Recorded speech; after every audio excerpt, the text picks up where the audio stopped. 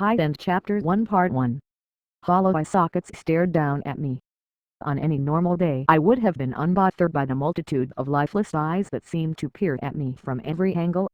On any normal day I would have been proud of my choice of bedroom decor. Sure, I suppose any normal girl would be horrified by my taste. Almost as horrified as I had been at my mom and aunt's suggestion of painting my walls some bright and cheery color, and adding a few boy band or celebrity posters. They had planned on redoing my entire room as a birthday present, and they had planned on going all out too. Mannequins for outfits and accessories, dolls for makeup, hair and nails. Apparently that would have been normal decor to expect of a 13-year-old's bedroom. Not me. I would like to fall asleep in a room that didn't give me nightmares, thank you very much.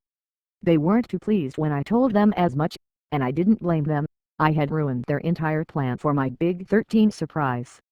Thank the gods for my Aunt Megan, who had convinced the rest of the She-Wolf squad that they should ask me how I would feel about redoing my room in the first place. The mere thought of what might have happened if she hadn't suspected my reaction to the idea of turning my bedroom into a pageant princess horror film set still made me sick to my stomach. I was not the musical and runway model type of girl. Frills and ruffles existed purely to insult me, and don't even get me started on pastel and neon colors, or the color pink in general. From my point of view, I would say that I owed Megan a life debt and no less.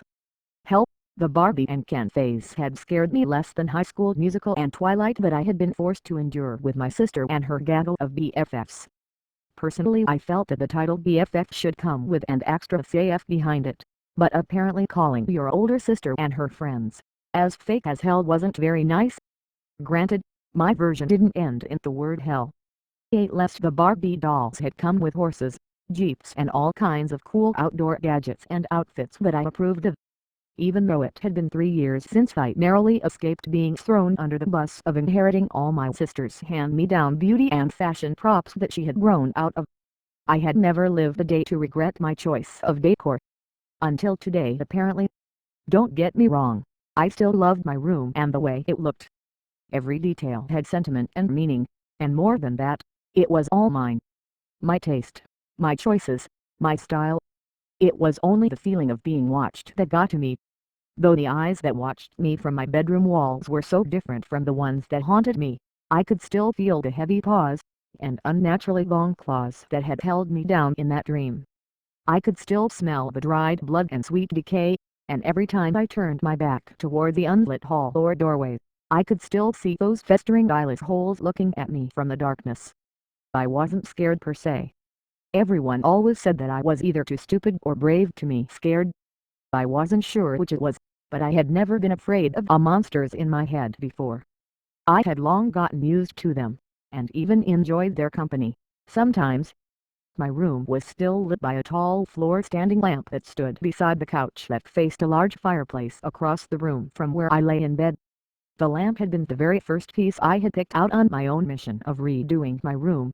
It stood taller than me, with a hand-weaved shade of grass and animal hairs and a soft yellow bulb that sat atop a beautifully polished twisting tree stump that acted as the stand.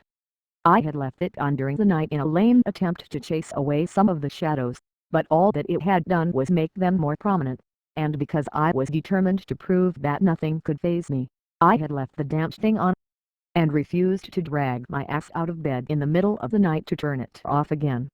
No idea why flipping of a switch felt like it would be such a defeat, but I had convinced myself of it, so there really was no point debating on it. It was a lamp that I had left on, so I would keep it that way until I had to get out of bed for another reason. Damn the shadows. They didn't and couldn't scare me. They didn't at all impact my night's rest. How do you know when someone is a great liar? Then they told such good lies that even they believed them. Yeah, I was a fantastic liar. Sighing in exasperation, I stared up at the heavy brown and black drapes that hung above my bed. Those had also been my Aunt Megan's idea after I had rejected the preppy fangirl idea. They were meant to bring some soft edges into the room, as my aunt had put it. On the forefront, I made her believe that I liked the soft edges between my otherwise harsh-styled room, but in truth they only wasted wall space I sorely needed for my collection, and the only reason they were still up was because I didn't have the heart to tell you. Megan, the truth. I had thus resorted to using the sheer power of constant glaring to hopefully wear through whatever kept them up there. Maybe if they up and fell on me while I slept, then Megan would feel too guilty to put them back up. I really hated light debts. Why couldn't I just tell her I hated them? Light was slowly streaming through my open curtains, bathing those forsaken shadows in a misty blue as the sun rose, effectively banishing my nightmares for the time being. Finally, I could make myself move. I rolled over, scooting myself towards the edge of my queen-sized bed and set my feet on the cool tiled floor.